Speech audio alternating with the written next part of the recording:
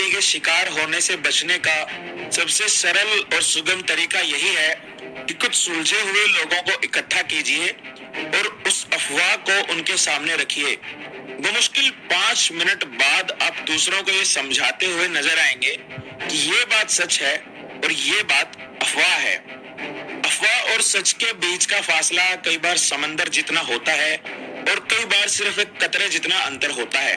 उदाहरण के लिए अफवाह ये भी हो सकती है कि 2-4 दिन बाद एक उल्का पिंड धरती से टकरा जाएगा, या फिर अफवाह ये भी हो सकती है कि सूर्य धरती के चारों ओर चक्कर काटता है, न कि धरती चक्कर काटती है।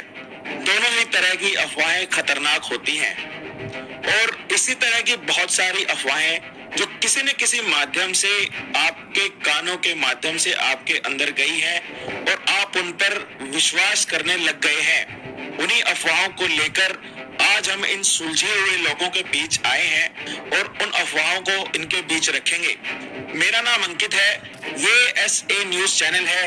हमारा काम है सच को खोदकर पंक्ति के अंतिम व्यक्ति तक पहुंचाना, ताकि वो इन अफवाहों पर भरोसा करके अपनी जिंदगी के साथ खिलवाड़ न करे। तो आज इन सारे सुलझे हुए लोगों के बीच हम जो अफवाहें रखने जा रहे हैं, उसका जो मुख्य टॉपिक है, मुख्य विषय है, वो मैं आपको बता देता हूँ। संत रामपाल जी महाराज के शिष्य एक तरफ खड़े हुए हैं और दूसरी तरफ आप लोग खड़े हुए हैं। इन सारे लोगों के मन में वही शंकाएं हैं, वही सवाल हैं जो कहीं न कहीं आपके मन में भी हैं। हमारी पिछली वीडियो आमना सामना भाग 1 में हमने बहुत सारे ऐसे ही सवालों को कवर अप किया था और जो बचे हुए सवाल जो आपने हमें कमेंट सेक्शन में बताए, उनको लेकर के आज फिर से ये दोनों पक्ष ऐसे न्यूज के कैमरे पर मौजूद हैं। तो बिना देरी के शुरू करते हैं। पहला सवाल मैं रखता हूँ संत रामपाल जी महाराज के शिष्यों की तरफ, जो आया है सीधे कमेंट सेक्शन से। जी सर, पहला सवाल मेरा आपसे है। सबसे पहले आप अपना नाम बताएंगे हमारे दर्शकों को। सच साहब जी, मेरा नाम अमित दास है। तो इन लोगों का कहना है सीधे तौर पर कि जो आपके गुरुदेव हैं संत रामपाल जी महाराज, जो विश्व प्रसिद्ध संत हैं, सोशल मीडिया पर हर जगह उनका नाम छाया रहता है, बड़े ट्रेंड में रहते हैं वो। उनके बारे में कहा जाता है कि वो तीर्थों पर जाने से मना करते हैं, हरिद्वार जाने से मना करते हैं, कुंभ जाने से मना करते हैं, खाटू श्याम जाने से मना करते हैं, जबकि ये सारे स्थान एक धार्मिक आस्था का प्रतीक हैं और कुछ लोगों के लिए पर्यटन स्थल भी हैं। फिर ऐसा क्यों कि संत रामपाल जी महाराज सीधे तौर पर अपने श्रद्धालुओं को यहाँ जाने से रोकते हैं, टोकते हैं?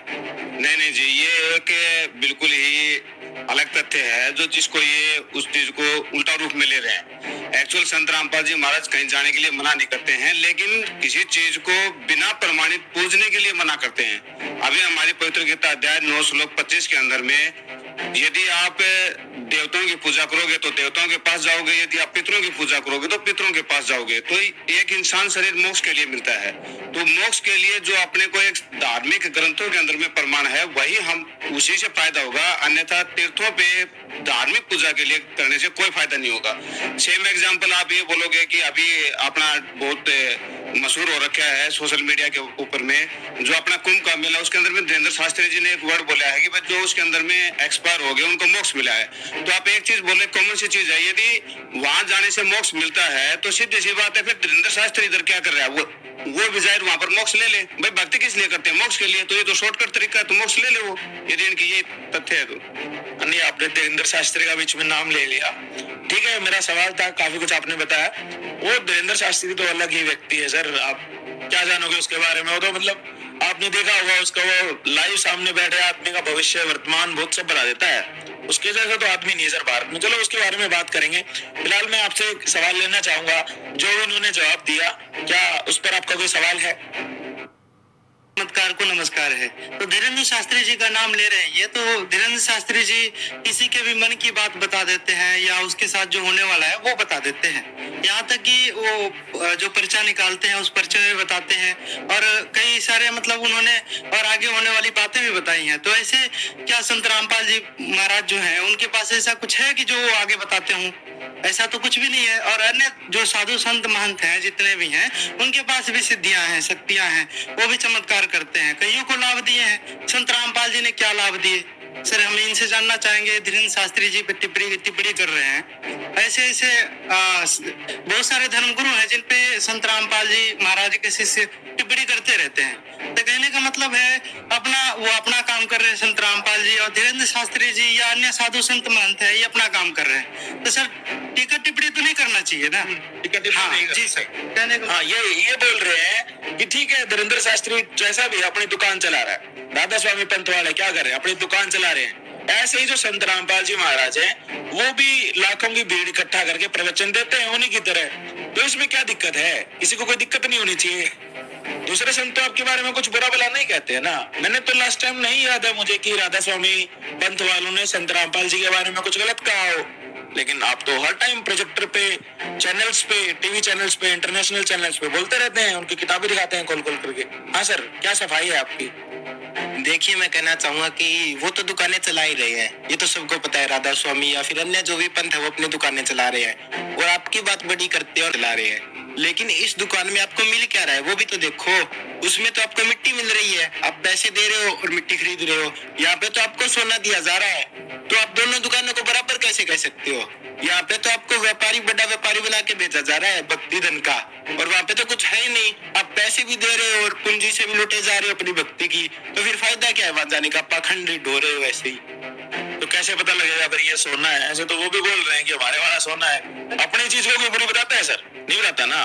देखिए, इस चीज का भी जवाब मैं दूंगा। हमारे पूज्य गुरुदेव संत रामपाल जी महाराज जी बताते हैं कि हमें किसी भी व्यक्ति की बात को नहीं मानना चाहिए, उसके विपरीत हमें सदग्रंथों को मानना चाहिए, क्योंकि सदग्रंथ है जो हमारे पवित्र सदग्रंथ, ये हमें खजाना दिया है भगवान ने। और आज हम सभी पढ़े लिखे हैं, ये सब जो युवा हमारे सामने खड़े हैं सारे पढ़े लिखे हैं, तो ये पढ़ सकते हैं। तो उसमें एक एक प्रमाण दिया है कि हमें किसकी चीज माननी चाहिए, क्या भक्ति करनी चाहिए। थोड़ा सा उदाहरण मैं आपको देता हूँ। जैसे गीता जी अध्याय 16 श्लोक 23 और 24, ये दो बहुत अच्छे श्लोक है जो गीता ज्ञानदाता ने बोले हैं। इसमें गीता ज्ञानदाता कहता है कि शास्त्र विरुद्ध जो साधना करते हैं उनको कोई लाभ नहीं होता। फिर 24 में बताता है कि कर्तव्य और अकर्तव्य की अवस्था में शास्त्रीय प्रमाण है, शास्त्रों को ही मानना है तुझे, और किसी की दंत कथा पर विश्वास मत करना। कहीं ऐसा तो नहीं है कि संत रामपाल जी महाराज ने शास्त्रों में कुछ फेरबदल कर दिया है? सर जी, सबके घर पे शास्त्र है, आप अपने शास्त्र खोलो। संत रामपाल जी महाराज जी जो सत्संग में बता रहे हैं, प्रोजेक्टर पे दिखा रहे हैं, आप मैच कर लो। हमने घर पे तो गीता प्रेस गोरखपुर बनाई नहीं है, उन्हीं के अंदर से हम दिखा रहे हैं, देख लो आप। तो दावे के साथ कह रहे हैं गौरव जी है? बिल्कुल दावे के साथ कह रहे हैं कि संत रामपाल जी महाराज जी भी सोना दे रहे हैं। ठीक है, हाँ जी बताइए। मेरा नाम मंजू है, मैं सिरसा से हूँ। आपने एक धीरेन्द्र शास्त्री का नाम लेकर सभी धर्म गुरुओं को आड़ में ले लिया कि अगर वो गलत है तो मतलब हमारे जितने भी धर्म गुरु है वो सभी गलत है। तो मेरा क्वेश्चन ये है कि आपके संत रामपाल जी महाराज जो धर्म भंडारे कर रहे हैं, जो वो जैसे अपना ज्ञान दे रहे हैं, अपना सत्संग सुना रहे हैं, तो हमें उससे कोई मतलब नहीं है, ना ही हम चाहते हैं कि हम सुने या हम सुनाए। दूसरा ये है कि जैसे राधा स्वामी पंथ के बारे में मैंने बहुत सी वीडियो देखी है, तो उसमें वो उनकी निंदा कर रहे हैं। तो मेरा पूछने का ये है कि आपके गुरु आपके लिए सही है, हमारे गुरु हमारे लिए सही है, तो फिर निंदा क्यों?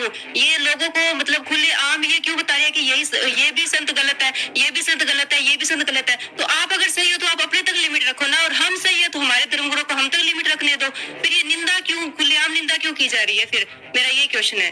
तो आप किस गुरु को मानते हो, किस भगवान को मानते हो, आप भी बताओ थोड़ा। देखिए, हम जितने भी हमारे 33 करोड़ देवी देवता है, सभी की हम समान रूप से साधना करते हैं। विशेष करके ब्रह्मा विष्णु महेश, इनको हम विशेष रूप से मानते हैं, तो इन्हीं की साधना हम करते हैं। और जैसे कि कुंभ में जाना और सभी जितने भी जो चल रहा है वो सब हम मतलब समान रूप से करते हैं। खाटू श्याम भी जाते होंगे, खाटू श्याम भी, वृंदावन, गोवर्धन सभी जगह जाते हैं, और जितने भी महर्षि संत है सभी के समान रूप से हम साधना करते हैं और उनका हम आज्ञा का पालन भी करते हैं। हाँ जी सर, जो संत रामपाल जी हैं वो इन देवी देवताओं की पूजा पर भी आरोप लगाते हैं कि, और इनके शिष्य भी जितने भी हैं वो भी सारे आरोप लगाते हैं कि संत रामपाल जी हैं, मतलब कहने का मतलब कि संत रामपाल जी पूजा छुड़वाते हैं देवी देवताओं की। सर ये कहाँ तक सही है? आप ही इनसे पूछ सकते हैं, ये सामने है आज, और बहुत दिन से हम भी सोच रहे थे। जी सर, हाँ, तो ये हम जानना चाहेंगे कि आखिर संत रामपाल जी देवी देवताओं की पूजा क्यों छुड़वाते हैं, आखिर क्या कारण है? हम भी जानना चाहेंगे सर, ये तो उचित को नहीं किस होगा। देवी देवता की भक्ति करते हैं आप? हिंदू हैं कि किस देवी देवता की भक्ति करते हैं? सर हम भगवान विष्णु की उपासना करते हैं। तो सर कहने का मतलब ये है कि ये देवी देवताओं की पूजा छुड़वाते हैं, ये अच्छी बात नहीं होती। हिंदू हैं, हिंदू धर्म में देवी देवताओं को विशेष तौर पे माना जाता है। आप भगवान विष्णु के बारे में कुछ बताइए। सर भगवान विष्णु त्रिलोकीनाथ कहे जाते हैं, तीनों लोकों के स्वामी हैं सर, ठीक है। इन्हीं के जो 24 अवतार हैं, ठीक है, इन्हीं के 24 अवतार हैं और इनको भगवान के 24 अवतार के रूप में पूजा जाता है, ठीक है। और इसके साथ साथ भगवान शिव जी का भी विशेष महत्व दिया जाता है सर, जो भगवान विष्णु जी की उपासना करते हैं। तो इसी के साथ हम भी ऐसे ही स्थापना करते हैं सर, लेकिन हमको इनकी बातों से आहत होता है, हमारी भी भावनाएं। हाँ, तो सर हम ये जानना चाहेंगे, आज इनसे पूछना चाहेंगे कि सर ऐसा क्यों, आखिर संत रामपाल जी ऐसा क्यों कर रहे हैं? आप सनातनी हैं, है ना, हिंदू हैं, ठीक है। तो हाँ जी, हाँ बिल्कुल बिल्कुल, आइए सर, आइए। सर मेरा नाम फूलचंद दास है जी। क्या नाम बताया आपने? फूलचंद दास। फूलचंद दास। हाँ जी जी, हमारे गुरुजी संत रामपाल जी महाराज देवी देवताओं की पूजा करने को मना नहीं करते। हमारे गुरुजी तो बताते हैं कि इनकी सही तरीके से पूजा करो। अच्छा, ये इन्होंने बोला ना कि ये ब्रह्मा विष्णु महेश की भक्ति करते हैं, ये विष्णु जी की शिव जी की भक्ति करते हैं, आप भी करते होंगे? हाँ हाँ, तो उसमें बता रहे हम कर रहे हैं, लेकिन वो सही तरीके से। जैसे गरीबदास जी ने बोला है, संत गरीबदास जी महाराज हुए हैं, कबीर साहब उनको मिले थे कि तीनों देवा कमल दल बसे, ये ब्रह्मा विष्णु महेश, प्रथम इनकी बंदगी फिर सतगुरु उपदेश। थोड़ा सरल तरीके से बताइए सर। मतलब ऐसा है कि इनकी विधि विधान से इनके मंत्र हैं जी। अभी कोई गणेश गणेश बोलता है, कोई विष्णु विष्णु बोलता है, इससे उनका लाभ नहीं मिलने वाला है। उनका प्रमाणित मंत्र है ग्रंथों के अंदर, वो मंत्र आप बोलेंगे तो जैसे कोई भी चीज, जैसे उदाहरण के लिए आप बोल दिया, जैसे नॉर्मली एक लेते हैं, जैसा भैंसा बोल दिया कोई, अभी भैंसा बोलेगा तो भैंसा का भैंसा नाम लेता है और उसका एक कोड रूल है, आप हुर्र करेंगे वो अट्रैक्शन होगा। ऐसे ही इन देवी देवताओं के मंत्र हैं, वो मंत्र बताए हैं, उनके तरीके से उनको पूजना है, ना कि उल्टे तरीके से पूजोगे तो लाभ मिलेगा। तो इसमें कहाँ बताया? नहीं, ठीक है। हाँ हाँ जी। मैं एक चीज और एड ऑन करना चाहूंगा इसमें। इन्होंने कहा था कि श्री कृष्ण जी ने गोवर्धन उठाया था, इन्होंने ये बात कही थी अभी बहन जी ने। तो मैं इनसे ये पूछना चाहूंगा कि गोवर्धन क्यों उठाया था श्री कृष्ण जी ने, एक बार इनसे पूछिए आप। जरूर पूछेंगे जी। अब जब इस बहस में दोनों पक्षों ने कुछ प्रश्न और उनके अपने अपने तर्क रख दिए हैं, तो यह समय है कि हम निष्कर्ष की ओर बढ़ें और उस पर विचार करें। हमने देखा कि किस प्रकार सदियों से चली आ रही परंपराएं और मान्यताएं धार्मिक आस्था का एक बड़ा हिस्सा रही है। वहीं दूसरी ओर संत रामपाल जी महाराज के शिष्य शास्त्रों के आधार पर यह दावा कर रहे हैं कि भक्ति का एक प्रमाणित और सही मार्ग होना चाहिए। तो क्या वास्तव में हमारी परंपराएं हमें सत्य से दूर कर रही हैं? क्या देवी देवताओं की पूजा से मोक्ष संभव है या नहीं? और सबसे महत्वपूर्ण, क्या शास्त्रों में प्रमाणित भक्ति विधि ही हमें परमात्मा तक पहुंचा सकती है? और जैसा कि अभी एक सज्जन ने सवाल किया और कहा कि संत रामपाल जी महाराज जी तो देवी देवताओं की भक्ति छुड़वाते हैं, तो इसके प्रत्युत्तर में संत रामपाल जी के एक शिष्य ने जवाब दिया कि संत रामपाल जी महाराज देवी देवताओं की भक्ति छुड़वाते नहीं हैं, बल्कि उनके शास्त्र विधि अनुसार जो उनके असली जाप करने के मंत्र हैं, उनकी नाम दीक्षा रूप में देते हैं और भक्ति करने की शास्त्र अनुसार सही विधि बताते हैं। इन सभी प्रश्नों पर विचार करना हर जागरूक व्यक्ति के लिए आवश्यक है। अब यह निर्णय आपको लेना है कि सत्य क्या है और किस मार्ग पर चलकर हम वास्तविक आध्यात्मिक लाभ प्राप्त कर सकते हैं। तो चलिए अब डिबेट में आगे बढ़ते हैं और जानते हैं कि ऐसी कौन सी परंपरा और गतिविधि है जो समाज में आध्यात्मिकता को बढ़ने और उस पर अनुसरण करने के लिए रोकती है। ठीक है, कोई बात नहीं, ये भी बात हम इनसे जरूर पूछ लेंगे जैसा कि उन्होंने बोला। लेकिन मैं थोड़ा क्वेश्चन को रिवाइंड करना चाहता हूँ, जहां से बात शुरू हुई थी वहीं पर लाना चाहता हूँ। बात यहाँ से शुरू हुई थी कि ब्रह्मा विष्णु महेश की भक्ति करते हैं, और अभी बात इन्होंने ये कह दी कि ये भी भक्ति करते हैं लेकिन तरीका थोड़ा अलग है, ये बोला आपने। तो बात फिर से वहीं आकर अटकती है। ठीक है, आप अपनी करते रहिए, ये अपनी कर रहे हैं, मतभेद कहाँ है? आपको दिक्कत क्या है इनकी करनी से? आप क्यों टोकते हैं? जी बहन जी। सत साहिब जी, मैं टीना दासी हिसार से। इन बहन जी ने कहा कि सब अपनी अपनी दुकानें चला रहे हैं, मतलब ये जो इनके गुरु जी हैं ये उनकी भक्ति कर रहे हैं और हम अपने की कर रहे हैं, तो हमें प्रॉब्लम क्या है? वो निंदा क्यों करते हैं? तो ये निंदा नहीं है, ये निंदा नहीं है, ये आपको लग रही है निंदा है, लेकिन वो एक जानकारी डिस्ट्रीब्यूट कर रहे हैं। जिस प्रकार से जहाँ असली होता है वहीं नकली होता है, जहाँ नकली होता है वहाँ असली भी होता है। तो नहीं, आप क्यों कर रहे हैं जानकारी डिस्ट्रीब्यूट? ठीक है ना, वो करते रहेंगे, आपको इतनी गरज क्या है उनको जानकारी देने की? इस तरीके से सरकार है, 500 का नोट है, जहाँ उन्होंने असली चला रखे हैं वहाँ नकली भी है बाजार में। जैसे ही सरकार को पता चलता है कि भाई लोगों का धन लुट रहा है, भी जो मेहनत कर रहा है उसको अगर वो शाम को 500 रुपए लेके जाने और वो 500 भी उसके हाथ में नकली आ जाए तो वो तो सारा लुट जाएगा। इसी प्रकार अगर हम भक्ति कर रहे हैं, सारा जीवन हमने उस नकली भक्ति पे ही लगा के रख दिया तो आखिरी टाइम में हमारे को कुछ मिलेगा नहीं। तो वो अपने ज्ञान के आधार पर वो सूचनाएं निकाल करके हम लोगों में डिस्ट्रीब्यूट कर रहे हैं कि तुम इस ज्ञान को सुनो, जो तुम इतने वर्षों से करते आ रहे हो वो एकदम मिथ्या है, तुम उसमें लुट रहे हो, पिट रहे हो, तुम्हारे ऋषि मुनि भी कुछ नहीं पा रहे हैं। 25,000 कट के मरे थे ऋषि मुनि गंगा पे। तो वो ये संतों का नेचर नहीं होता है कि एक दूसरे को मार काटना, वो तो बल्कि लोगों का भविष्य सुधारने के लिए निकले होते हैं और वो खुद ही मर कट रहे होते हैं तो वो दूसरों का कैसे भविष्य सुधारेंगे। तो इसलिए वो एक सटीक शास्त्रों के आधार पर सूचनाएं दे रहे हैं कि भाई इस तरीके से तुम भक्ति करोगे तो तुम्हारा भी जीवन सफल रहेगा। अपने जीवन को व्यर्थ क्यों कर रहे हो? एंजॉय करना है तो एंजॉय तो भक्ति के साथ भी हो सकता है, जरूरी थोड़े ना है इन डांस गानों के साथ ही आप अश्लीलता के साथ ही आप एंजॉय करो, वो कोई एंजॉय थोड़े ना हो। तो आपने, हाँ मैं बिल्कुल आपके पास अभी आ रहा हूँ।